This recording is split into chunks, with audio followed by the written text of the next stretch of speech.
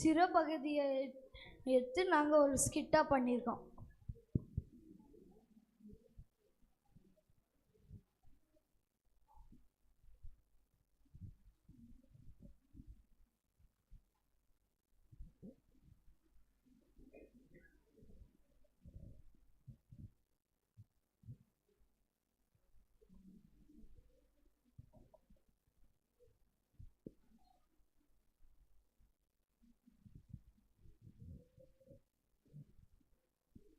அட ஜெரன், எப்படிடா இருக்க?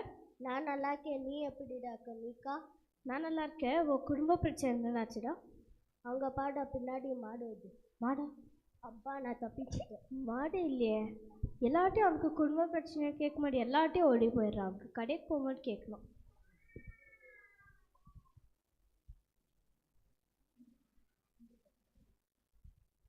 இடா, நீ கேட்ட ஐட்டம் அப்புறம் காசு கொடு.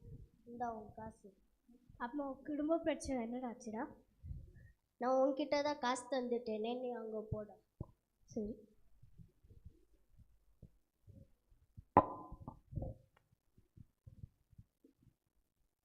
வாங்கப்பா உட்காருங்க. டயர்டாக இருக்கீங்களா? ஆமாம். சாப்பாடு எடுத்துட்டு வாமா. அம்மா அப்பாவுக்கு சாப்பாடு கொடு. சரிம்மா. இந்தா.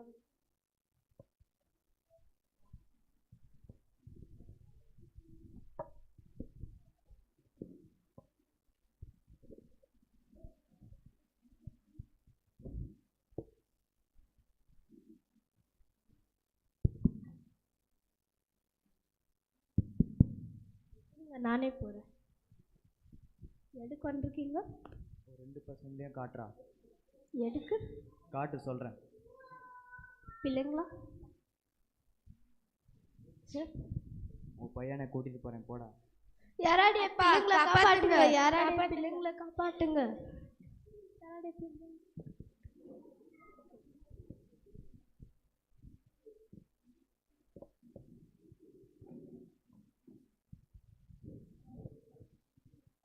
ராஜா சொன்ன மாதிரி ஊற வச்சுல வாங்க.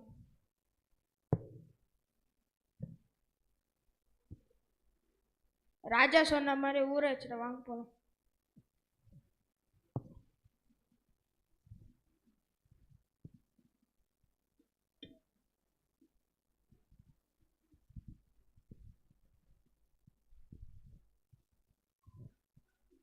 ஐயோ, யார் ஊற அடிச்சது? ராஜா தான். ஆளுங்க வந்து எல்லாம் வச்சுட்டாங்க. எதுக்கு? தெரியல, ராஜா கிட்ட போய் கேளு. சரி.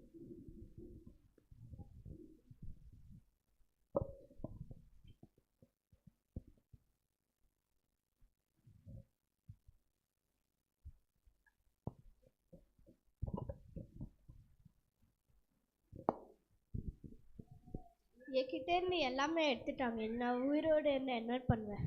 மீகா, யாரு? இது நீ வணங்குற கடவுள். கடவுளே, இங்கே இருக்க எல்லாரும் என்கிட்ட இருந்து எல்லாமே எடுத்துட்டாங்க. அதனால நானும் உங்ககிட்ட என் குடும்பம் கூடி வரேன். மீகா, உன் குடும்பம் என் கூட சந்தோஷமாக தான் இருக்காங்க.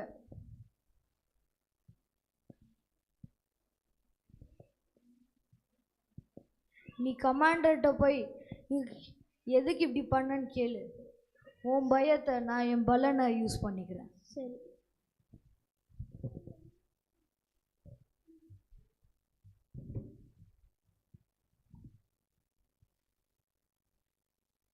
எனக்கு தான் எங்கள் ஊர் அடிச்ச. ராஜா சொன்னாங்க, நான் அடிச்சேன்டா.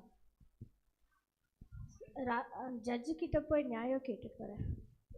என்னடா இவ்வளோ தைரியமாக பேசிட்டு போகிறான்? பார்த்துக்கலாம்.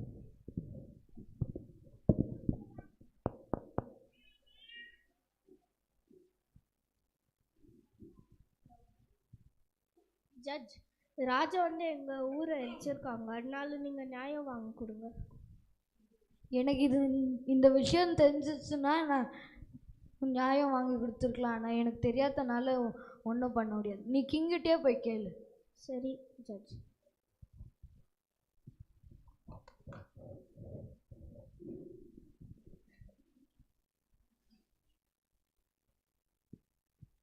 ராஜா, எதுக்கு எங்கள் ஊரை அடிச்சிங்க?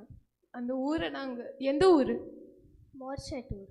அந்த ஊரை நாங்கள் கடவுளுக்கு சாக்ரிஃபைஸ் பண்ணியிருக்கோம். சாக்ரிஃபைஸ்னால் ஏதாவது ஆடை சாக்ரிஃபைஸ் பண்ணிக்கலாம் தானே? அது ஏன் இஷ்டம், நான் எது வேணாலும் சாக்ரிஃபைஸ் பண்ணுவேன். அதுக்கு எதுக்கு அப்பாவி ஜனங்களை சாக்ரிஃபைஸ் பண்ணுறீங்க? அது நான் எடுத்த முடிவு. இப்போது உங்களால் ஜெயின் வந்து போர்லேண்ட் ஆக போடு, அப்புறம் மவுண்ட் ஜேக்கப் வந்து ஒரு காடு ஆக போடு.